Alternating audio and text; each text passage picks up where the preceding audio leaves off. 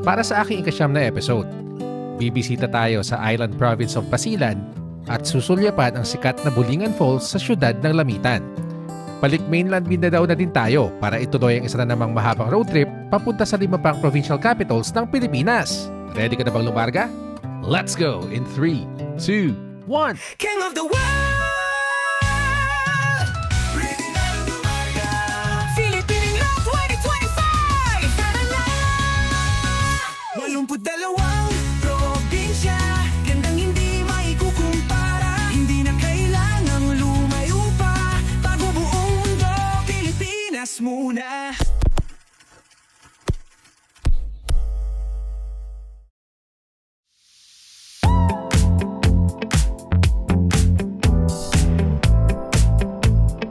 Alright, so we are now disembarking Montenegro shipping lines dito sa Zamboanga City.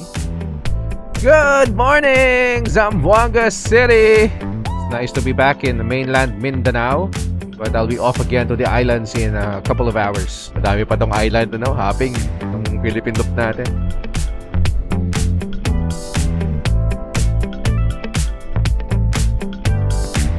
I got my ticket to Basilan from Alason. Road trip lang tayo sa Basilan. Babalik din tayo dito sa Zamboanga mamayang hapon. Naghihintay ako sa maling barko. Nila nagtanong ako, hindi ba ikiwan pa ako nung ferry papunta ng Basilan.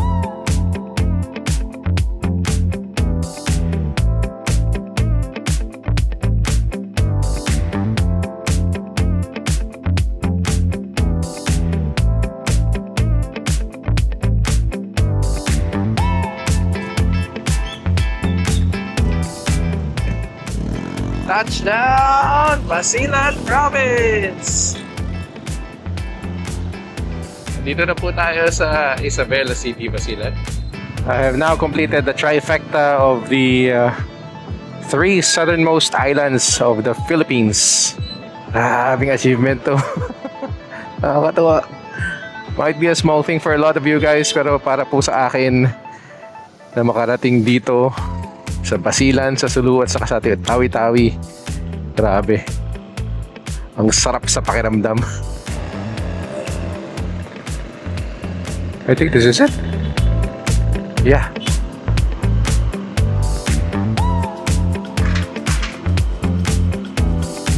Welcome to Basilan's provincial capital.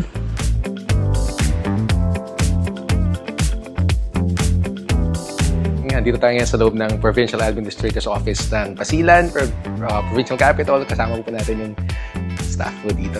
Pakilala ko na rin po si Ma'am Oni. Ma'am Oni, si Ma'am Danya and si Sir Nurham. So napayagan tayo magpalipad ng drone. Thank you very much po.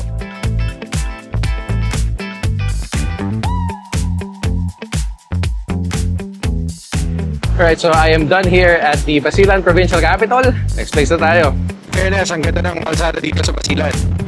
Yan, colleague natin sa DSWD, nasa harapan natin. Good morning po. Anong program po kayo sa DSWD? Pantawid. Dati rin ako Pantawid. Hello po. Ayun, so colleagues natin sa Pantawid Pamilyang Pilipina Program, DSWD dito sa Basilan. Oh my God! Ang ganda! Oh my God! It is so beautiful! My God, ang ganda! Welcome to Lamitan City! Army in front. Members of our Philippine Army, tapos merong tangke sa harapan.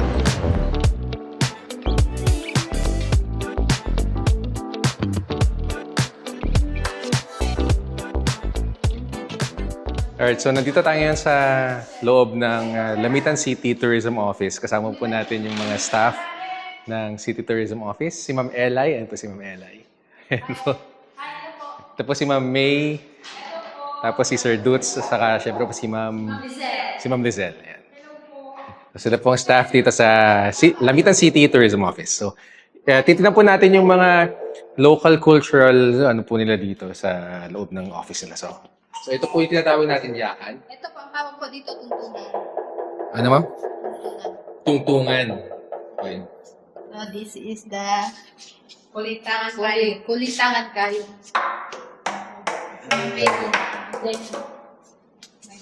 Ayos. So, ito yung ako. Here you go. Yan, familiar ako dyan. Iba yung sound. So, yan. So, bawat ko magkakaiba yung tono, yung tunog. Ito yung gabang. Gabang bamboo xylophone.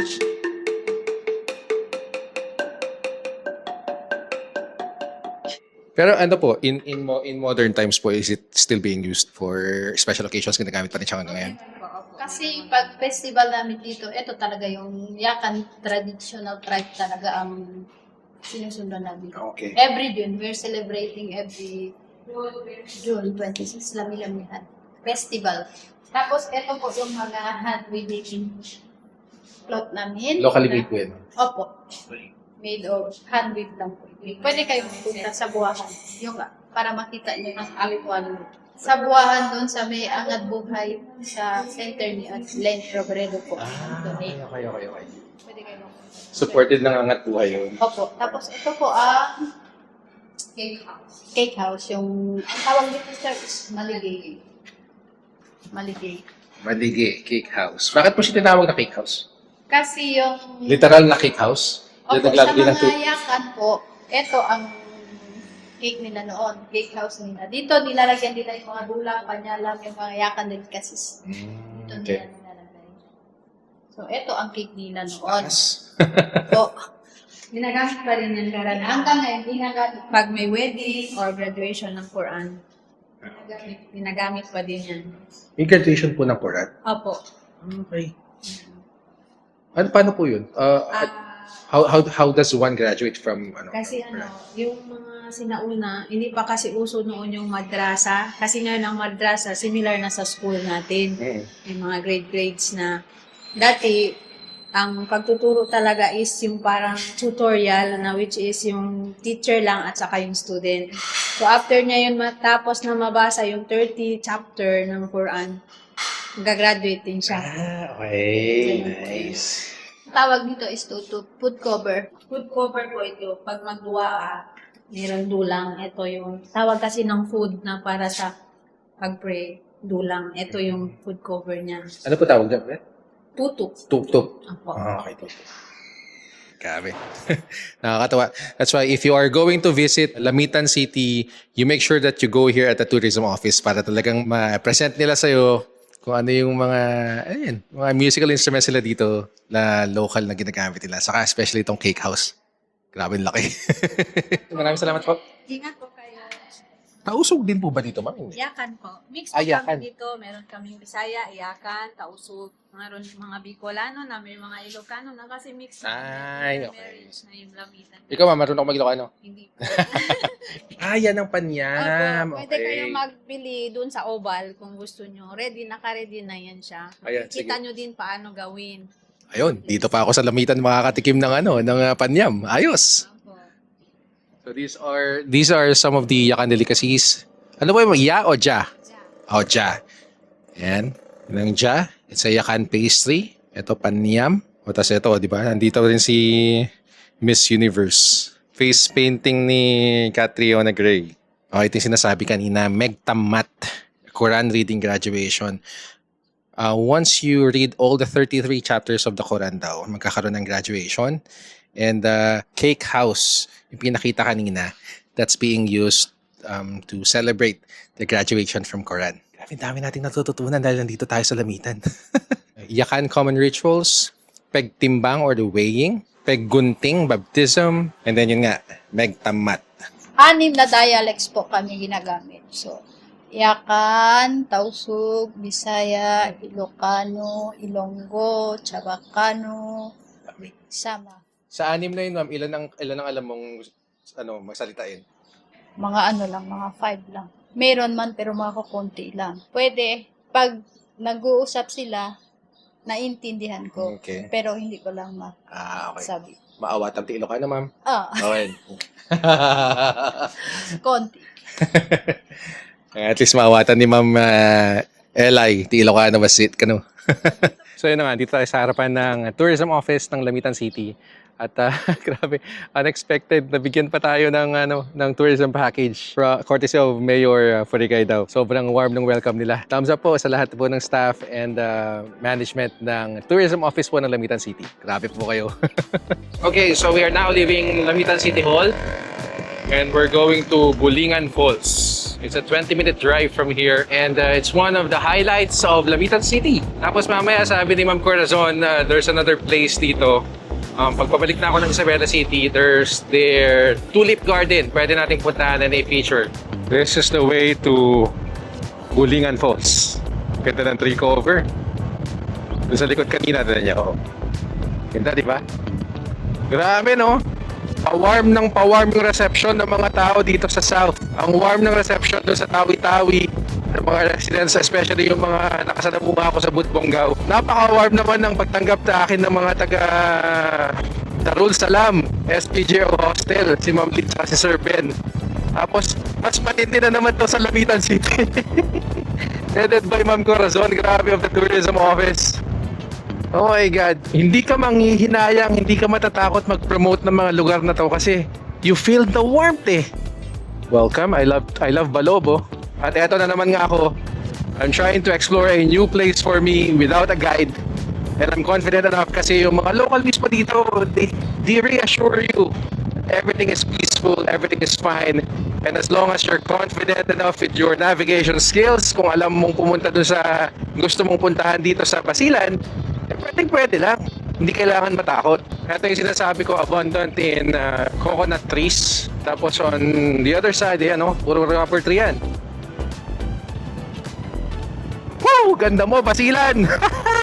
Ito po, malapit na tayo sa Bulingan Falls. Ayan. I love Bulingan. Oh my God. You can see it from the road. Ang ganda. Sobrang accessible pala nitong falls na to. Ayan na. That's it. Alright, so we are now here at the entrance of Bulingan Falls. Panalo! Oh my God, ang ganda. Grabe, very accessible pala tong Bulingan Falls. Ayan o. 1 minute walk away from the parking lot.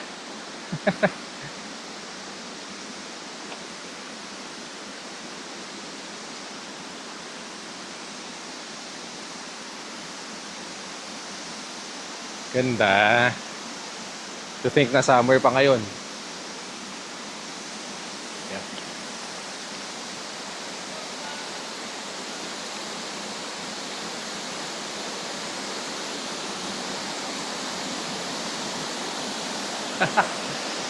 Welcome to Bulingan Falls here in Lamitan City, Basilan.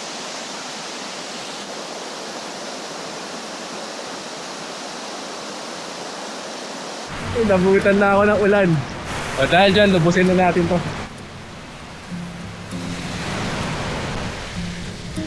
Bulingan Falls on a rainy day!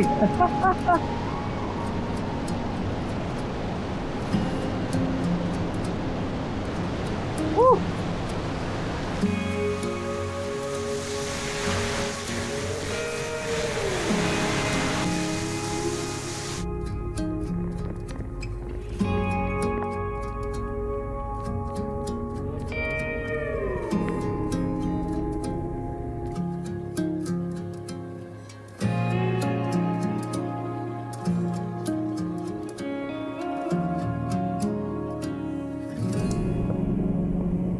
This time it's coconut all around me.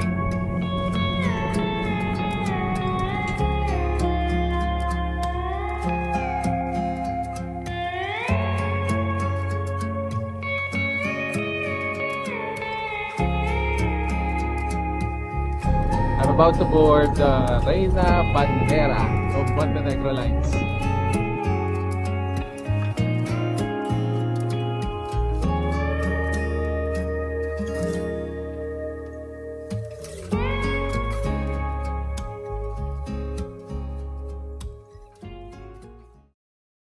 Good morning mga Kokon! It is now day 34 of our Philippine Loop Adventure Tour version 2.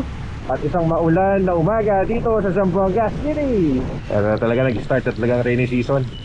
Yan ang target natin for today, Ipil and Pagadian City.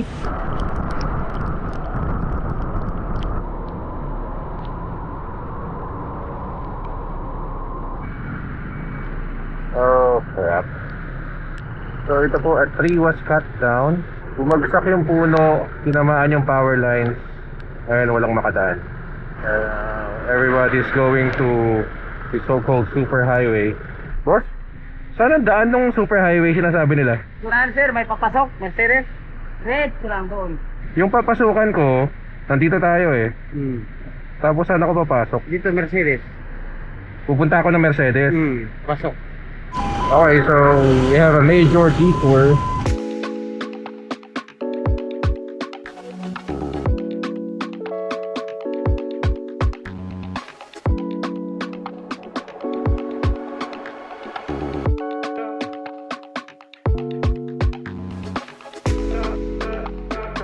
Approaching one of my favorite welcome arts in the whole of the Philippines. Kaso under repair tayo. Welcome to Zamboanga, Sibugay. So ito nga yung welcome art ng Zamboanga, Sibugay. This is no longer the one I saw last year. Mas maganda yung last year.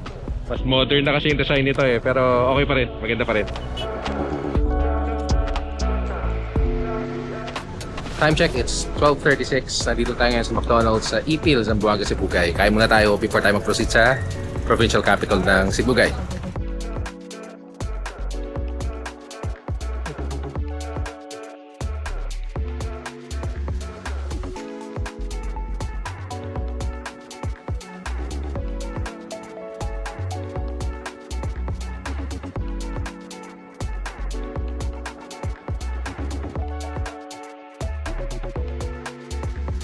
I am now in front of the provincial capital of Zamboanga, Sibugay. Ito na yata pinakamagandang capital na nakita ko so far.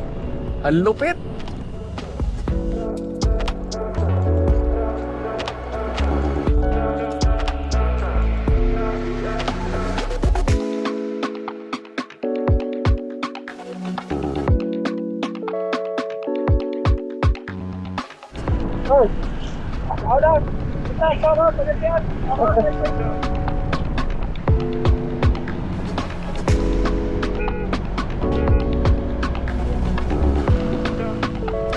Alright, so we are now here at the provincial capital of Zamboanga del Sur, here in Pagadian City.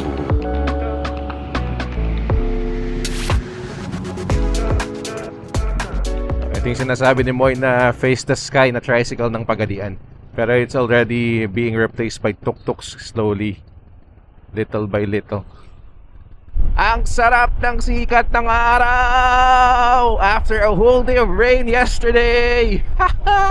Good morning mga Kofun! It is now day 35 of my Philippine Loop Adventure Tour version 2. At ngayon ay nandito tayo sa Pagadian City sa Zamboanga del Sur, our 30th province for this trip. At ngayon ay papunta tayo ng Misamis Occidental sa may Oroquieta City to go to our 31st province. Yan!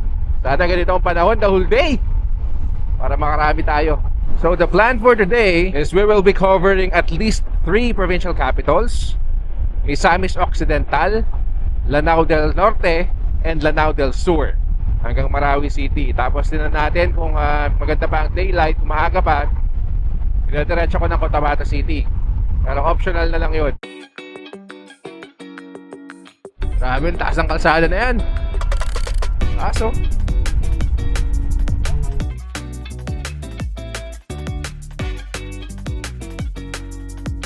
Ramon Magsaysay, Zamboanga del Sur. Wala na pala tayo sa Pagadian. I was about to say kanina, eto naman ang problema pag sobrang ganda ng tree cover at umulan, madulas yung kalsada. Oh my God, look at that view! Woohoo! Welcome to Misamis Occidental! Woohoo! Welcome to Tangub City! Isa sa mga pinangarap kong cities nung high school because if I remember it right, this is the venue for the National Schools Press Conference when we were in second year. One thing that I've noticed dito sa Osamis City, lahat naka-helmet, lahat nakasapatos. Law-abiding citizen ang mga taga Osamis City. Nahiya tuloy ako, nakachinelas ako pumasok dito sa city nila. Obvious na obvious ang taong labas dito. Good job, people of Osamis. Huminto muna tayo at kailangan natin magsapatos sa kakaya. Ayan na, nagsasapatos na ako. Osamis peeps ha. Musunod na po. Shoes are on. Let's go. This is good omen. Ibig sabihin hindi uulan. Ganda ng kalsada dito sa Tudela, Misamis Occidental. Ganda ng kalsada, ang ganda pa ng view. Dito na ako sa Municipality of Sinacaban, Misamis Occidental. Ayan, wala na tayo sa Osamis City, pwede na magtsinelas. Pero babalikan pala natin mamaya, dadaanan natin ulit papunta ng Lanao del Norte. Kaya ayaw mo na, sapatos na ako. Ganda! Woo! Municipality of Panaon. Ang ganda ng Municipal Hall ng Panaon. I am now in Oroquieta City, Misamis Occidental. And in about 600 meters, I will be at the provincial capital. Misamis Occidental, provincial capital. We're here. Asenso, Misamis Occidental. Misamis noon magpuyong, malinawon, malabuon, ug malipayon.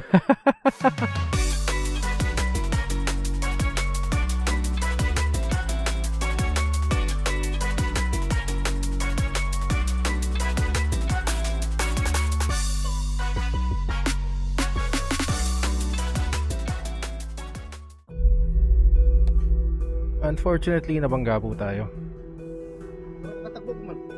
Katakbo pa naman, sir. Ay. Sir, okay na po. Salamat, sir. Sige, sir. Biglang liko.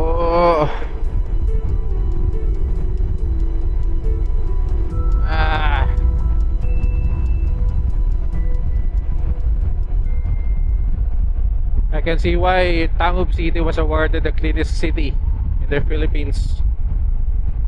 Linis talaga, grabe, ganda pa oh. We are now crossing the longest bridge here in Mindanao.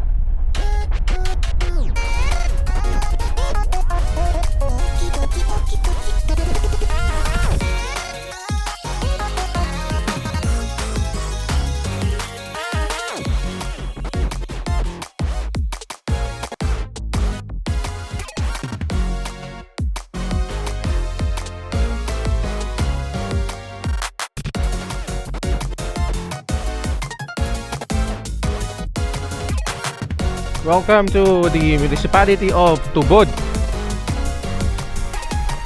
This is the capital town of Lanao del Norte. Here is the provincial capital of Lanao del Norte. Morning, what?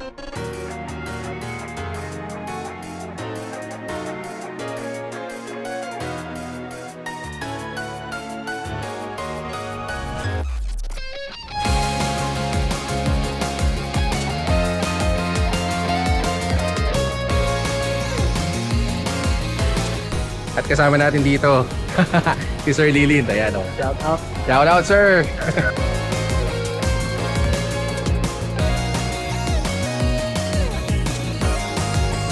Maigo Bridge, Maigo, Lanao del Norte.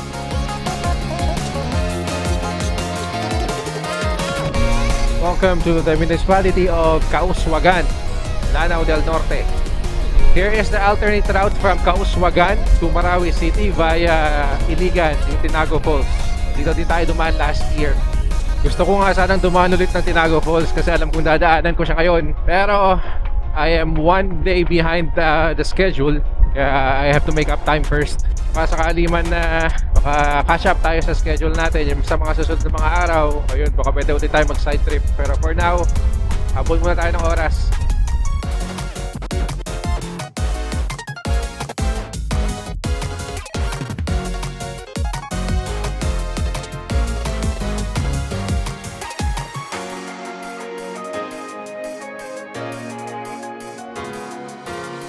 Welcome to the province of Lanao del Sur.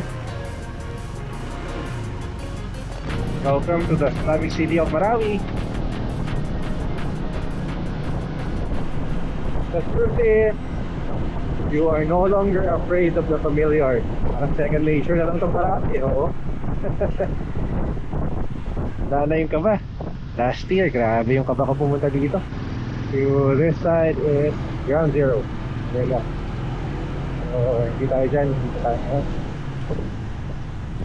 Bagong ruta at pupunta tayo ng capital ng Lanao del Sur dito sa Marawi City.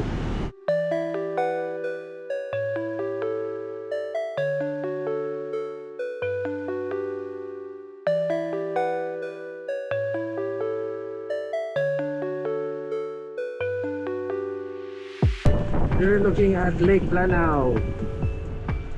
Here is the other side of Marawi that they seldom see kasi mga loopers hanggang doon lang sa ano eh. Very vibrant naman ang city ng Marawi. Very busy. On your right, Mindanao State University. Mindanao State University. Ang ganda naman ng welcome art ng MSC. Nakarating ako sa other art ng Marawi. What? Ito naman, right outside of Marawi City, sa bayan ng Marantao. One aspect of Lanao del Sur or Marawi na underappreciated. Itong bundok nila, grabe ang ganda. Ayan oh. Beautiful. Actually, this is another road less traveled. Bira ako makakita ng mga loopers na dumadaan dito eh.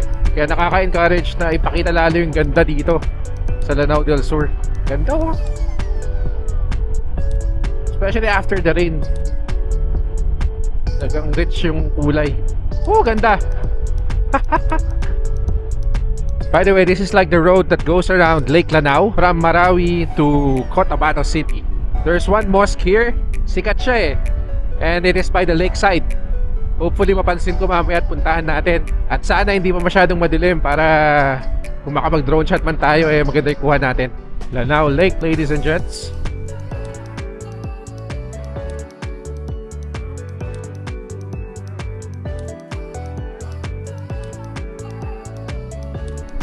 I think this is it. The mosque that is by the lakeside.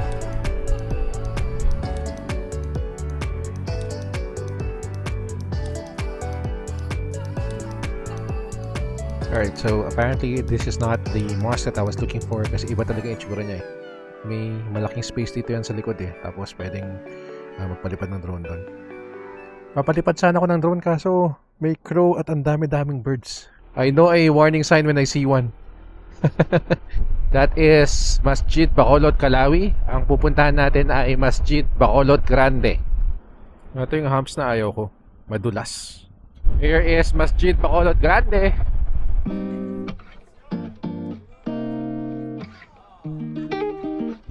You are looking at Masjid Bacolod Grande. By the lakeside dito sa Lake Lanao. Grabe ang pretty. Kingfisher!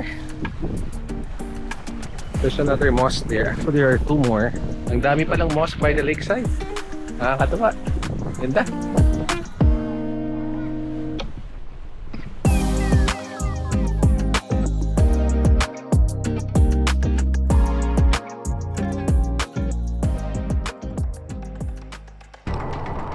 Pagdating ko sa mountain roads ng Calanoga, biglang bagsak na naman ang malakas na buhos ng ulan. Medyo mababa na din ang moral ko dito dahil sa pagod, sa disgrasya, tapos sinamahan pa ng stress dahil nagmistulang ilog ang kalsada sa lakas ng agos ng tubig.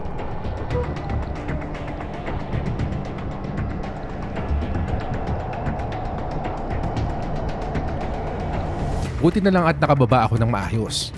Pero sinundan naman ito ng infamous na kalsada ng Malabang. Nakita ko na din sa YouTube ang sitwasyon dito.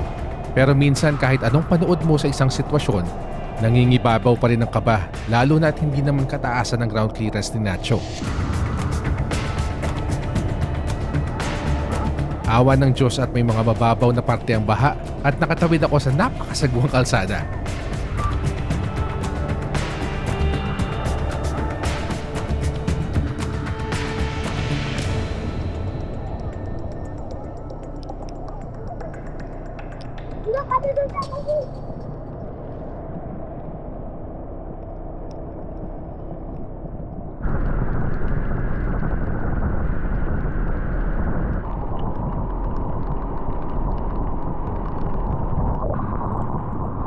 province of Maguindanao del Norte. Bumagsak na naman tong power lines. Lakas ng ulan. I am now in Parang, Maguindanao del Norte. 1 hour away from Cotabato City. Ano pangalan mo? Dustin. ISP, okay. Okay, get out, sir. Oh.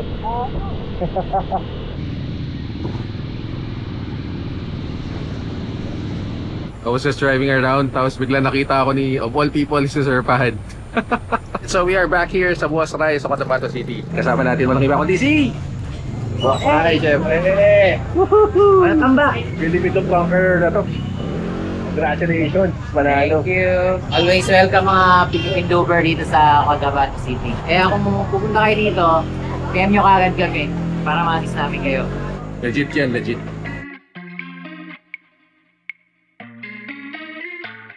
Ayun o, kasama na rin natin si Sir Tom o. Guys, ayusin muna natin motor ng Sir King. Oo. Tara, na tayo sa shop ni Sir Tom tapos tingnan niya kung ano nangyari dito sa, sa motor natin. Let's go!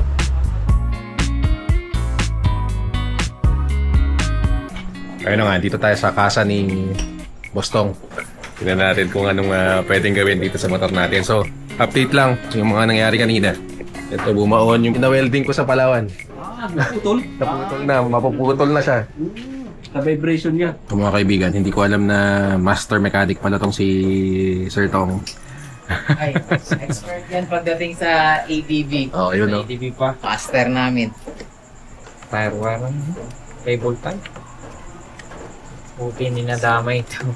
Kasi wala rin. yan din ang una kong chinek kanina eh. Pagkabangga. Pag may butas ito, moist talaga. Oh, silver lining na rin talaga mga kofun. Kasi nabanggaman ako kanina. At least pagdaan ko dito sa Cotabato. Ito, siyempre. Grabe yung support ng mga taga Cotabato sa atin. Ayan. Kaya yung mga ayaw dumaan dito, bahala kayo sa buhay nyo. Bubayad ka ng Muslim dito. Kaya nga. Doble yung bait namin dito. Ang dami na rin kukwento kung gaano kabait ang mga Muslim dito sa Cotabato City. Pero hindi pa rin kayo makonvince. Bahala na kayo sa buhay nyo. Talaga pagdating doon sa Luzon, di ba? Totoo yan, press. Na-experience ko yung ano dun. Parang mas na-appreciate ko yung mga tao talaga dito.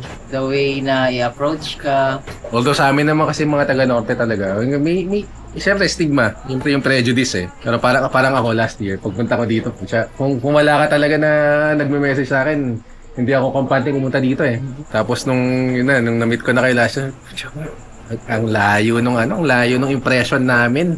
Sa totoo. Nung time na nandun ako, dun kami, natatakot na kami magtanong sa mga tao dun eh. Hindi mo baliktad. Kasi ano yun ka talaga, i-up and down ka talaga titingnan. Ayun, no? So, Wow, galing. Ganda po, maganda. Kompleto gamit. Maganda, oh. Bilis. Walang kwenta basag sa Tuesday, Sir Tom. Ano? Tinatunaw. Ang bilis oh. Looks like new yan mamaya. At least mabalik lang sa formation niya. Sino makakapagsabing nabangga ako? Wala. All good si the hood. O, ang Boston yan, ha? Yes! So yun na nga. Tapos na tayo mga kaibigan. Parang wala nangyari. Courtesy of Master Tong! Yes! Kano damage? Wala. Walang damage yan. Yung motor mo lang. Kaya naman. Wala problema. Grabe. Dami. Wala kayong babayaran dito. Ilang Philippine looper na napunta dito sa akin. Libre lang. Wala nang damage. Wala pang damage. All goods. Inuulit ko. Kung ayaw niyo pumunta ng Cotabato, bahala kayo sa buhay.